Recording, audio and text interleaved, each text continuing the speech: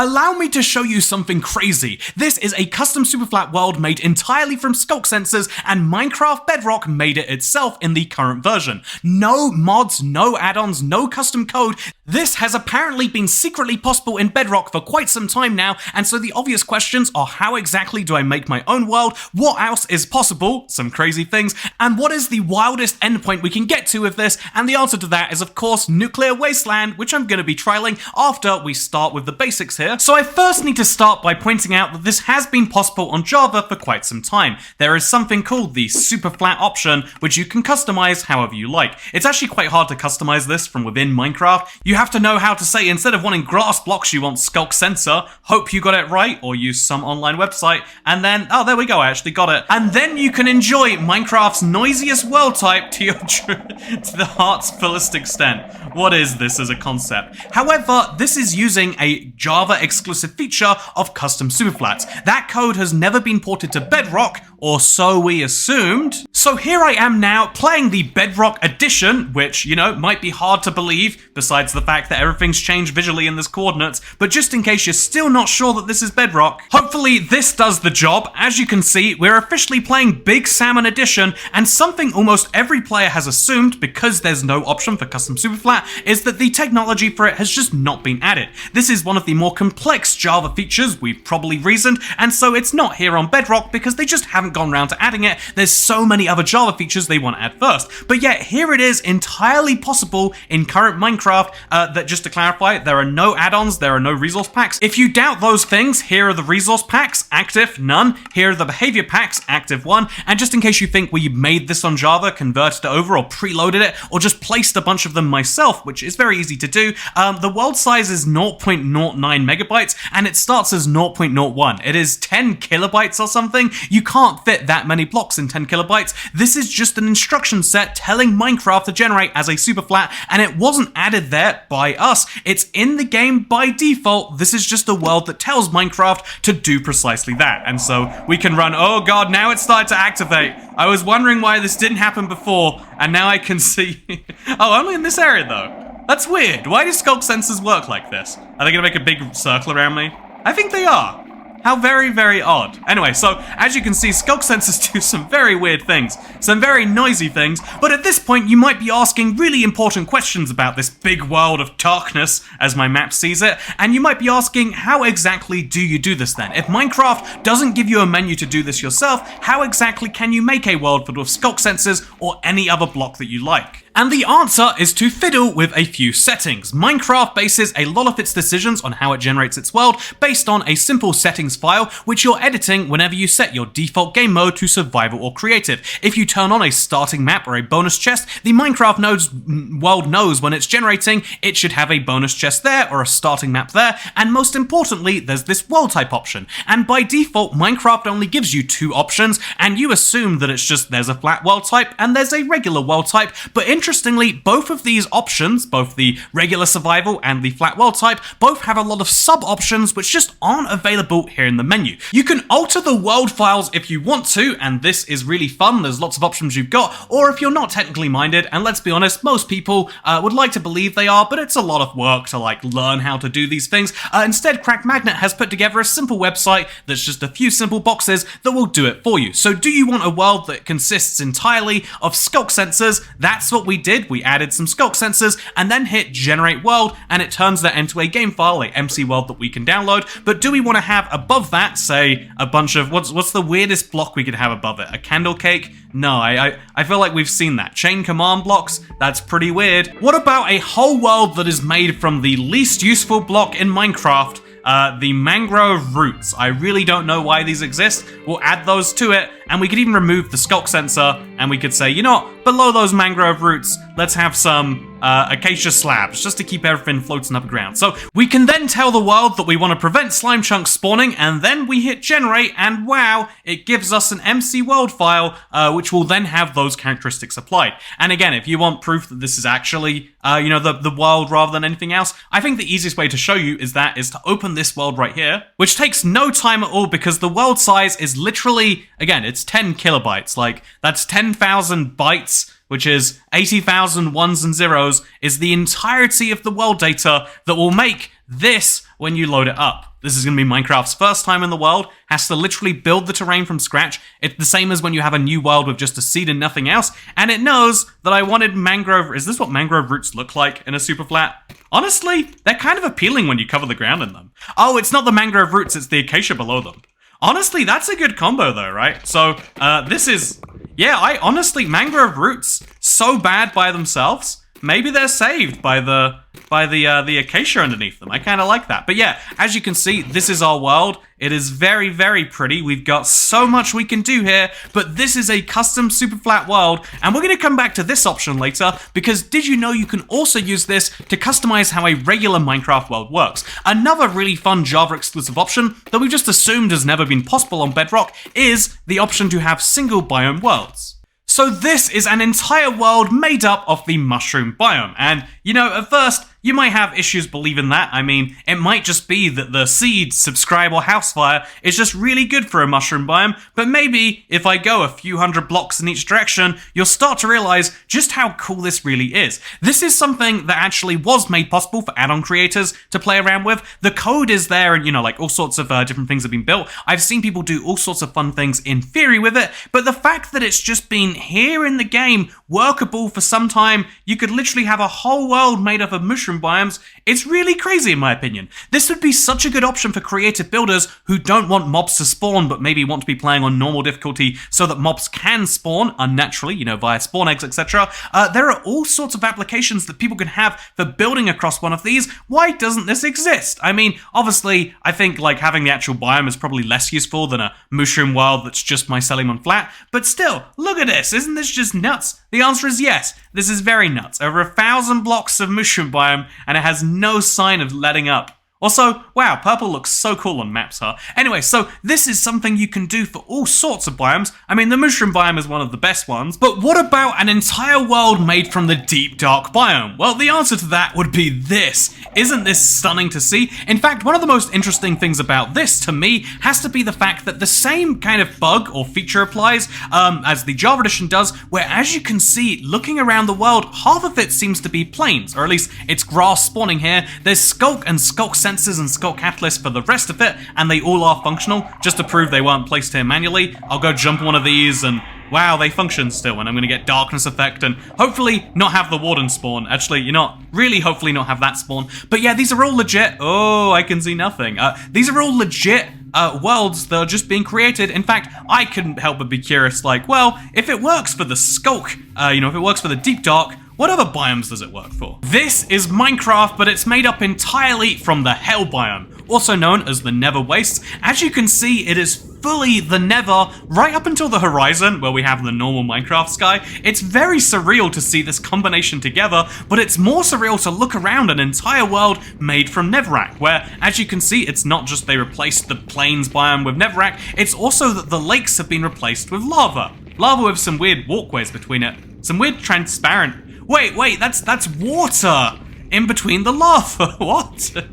There's like this weird honeycomb pattern in the water, or in the lava, that is water. So I guess it wasn't quite sure whether to generate like rivers made from water or lava, and so it just did both. Even more fun here is the fact that if we jump in here, you can see something that is very rare on Bedrock, because Bedrock has different colored waters based on the biome, so you get this lovely red tint to the water, only if you're in Hell or the Nether and you have water. But who has water in the Nether? It's physically impossible. It's one of the coolest exclusives you never get to see in normal gameplay, but you do get to see it right here. Isn't this stunning? In fact, this is so cool, it makes me wonder about the other biomes, because the Nether Wastes is definitely the least interesting Nether biome, right? I mean, it's no warped forest, is it? And my god, is the warped forest a confusing one? Whoa, it's got the same lava-water combination going on there, but then the rest of the world, as you might expect, is warped. In fact, it's filled with mountains in a way the other world wasn't. I wonder if that is something about the biome itself, like, is it designed to be more mountainous, or is this just a weird quirk of the seed? There are so many questions that I have, but I know I want to explore a world that looks like this. Isn't this so intriguing to you? How could this not be? I think seeing the Nether biomes in the overworld is so fascinating. And yeah, the fact that darkness works, how all of this works is just a mystery, but a mystery I'd love to dive into. But the bigger mystery at this point, you know, besides just gawking at weird worlds, by the way, you know, one question I had to answer, and just in case you're curious, do structures still work here? To test, I have a desert one biome world, and to prove the answer to you, yes, even in a world that is entirely single biomed, structures will still spawn, which means I'm sure if they can do this for single biome worlds, they could do this for Superflat too. Everything that exists on Java seems to work just fine here on the Bedrock edition, as you know, everything is done entirely within the game, with the one thing missing being the UI. So why would Minecraft, you know, the option to actually do it in the base game, why would Minecraft develop all these features and then not add them to the game? It seems like insanity, right? Like to have such a high quality set of parity things directly the same as on Java. Look, it works fully. There's no holes in the sand. It's real terrain down there if you want to see it. It's a really good question that I want to answer right after I show you the two things I had to do. Because, you know, having custom Superflats and custom worlds is really great, but it makes you want to ask questions like, well, you know, if this is so interesting, how does it work with two of my favorite world types? So one of my favorite things to do with the custom Superflat back in the console days would be to make a world entirely out of sand, because as you might know, sand has this really fun characteristic where when you break one of it, it causes an update to happen and for it to all to fall down. So if you have a world purely consisting of sand, all you have to do is break a single block and oh my god, that was so much faster than I was expecting. Oh my god, that is the trippiest thing I've ever seen. But here's the cool thing about Bedrock. If you tried this on Java, your world would lag endlessly for a very long time, and although, don't get me wrong, I have no opportunity to actually play this world, one of the crazy cool things about this, ignoring the cool art that it's making as we're dying over and over again, is the fact that it won't actually take very long for the game to stabilize and to get back to a normal frame rate. I make jokes about Bedrock lag being better than Java lag all the time. This is one of those examples. Look, the world is this level of broken, and yet I have a fine frame rate as I fall into the sky over and over again. But this isn't the only option we have. Everyone's favorite actual option is Nuclear Wasteland Survival, where you have something flammable and something, that burns. And so allow me to show you that right now. This is definitely going to melt my laptop, but it's gonna be for a good cause. So this is, oh, it's already started apparently. Oh god, oh dear lord, this is TNT above a level of lava, and what happens is the lava causes the TNT to catch fire. It's very wacky, isn't it? And then when the TNT catches fire, I think the lava's also going to fall through the air. Probably was a bad decision to do that. And then the end result is something very, very, very crazy. I'm just gonna punch myself down here. I think this is the first thing I've done that has truly gotten Bedrock down to 1 FPS. This is, really a level of impressive, right? But what I think will be more impressive is when we break down here real quick, because, oh, look at this. It is a sea of flying TNT. Oh, look, I got some myself. And then I tried to swim in lava, which was a bad decision, some would tell you. But yeah, let me just hop into creative. So something fun about this world is if you get away from the explosions, everything is fine for a few seconds. You can see as you run around here, things just look absolutely wonderful until all of a sudden, oh yeah, I don't think they are. I think they get a lot less than wonderful very, very, very quickly.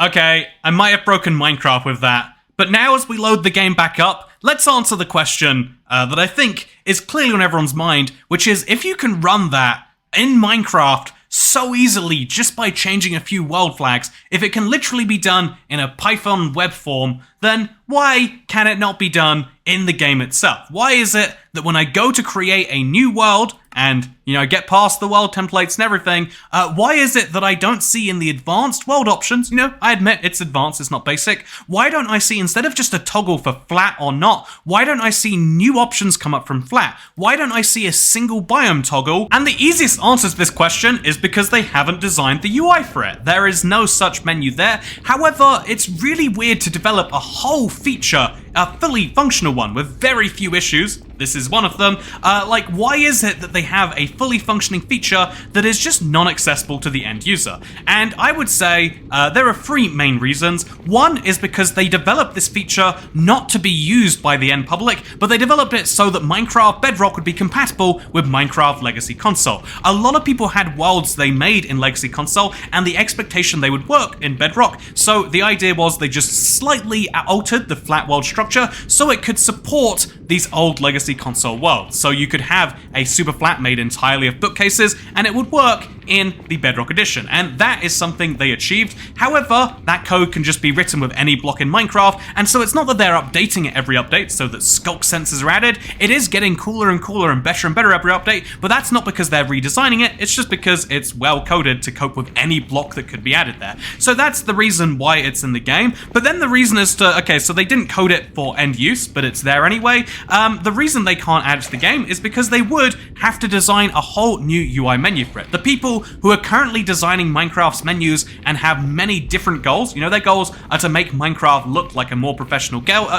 They're making these new dev screens and menu screens. They're very, very focused on key targets. And if you think, why are they spending months working on new screens? It's because they have clear metrics to measure themselves by. They can see how many people decide to quit after dying, or they can see on the menu, for example, how many people go to the marketplace. They know that 3.5% of people go to the marketplace when the button looks normal, but it's 4% when it's colorful like this. They know when they add a marketplace menu to the pause screen, no one should think to themselves, oh, I've paused the game, better buy something, but enough people do that they decided to add this anyway, and they can track this. That's why you can also go and buy things when you're in the achievement menu. Wow, I'm looking at achievements right now, I sure am feeling good about myself, but you know what the best achievement would be? Is if I click on this, and instead of achieving something, I use the best achievement of all, as far as, maybe a big multi-trillion company is concerned, and wow, I can actually just buy myself a head that is way cooler than the one I get for the achievement. And so, yeah, that is the reason number two, which is a little bit cynical, I'll admit. And so the third reason is ultimately,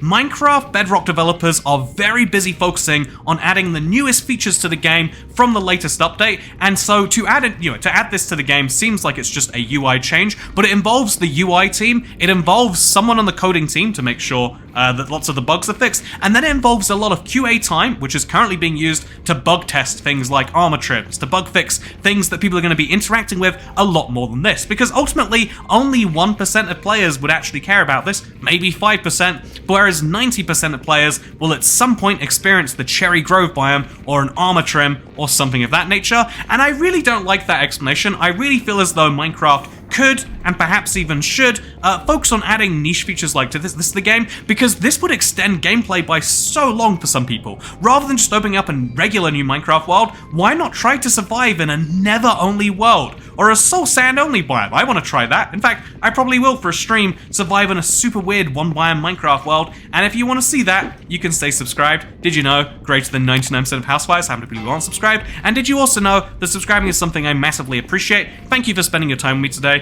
I hope that the answer was satisfying enough for you, just like how this world was satisfying enough for me. And yeah, if you want to see more of them, then I look forward to seeing you. And if you don't, then goodbye forever. Oh, this is cool. It's a cave, but it's never water. Why is there stone down here? I've got so many questions. Is this intentional, or is this just how the world works? There's zombie piglins in the cave? It's so cool. I don't understand it, but I do understand that the video's over, so goodbye.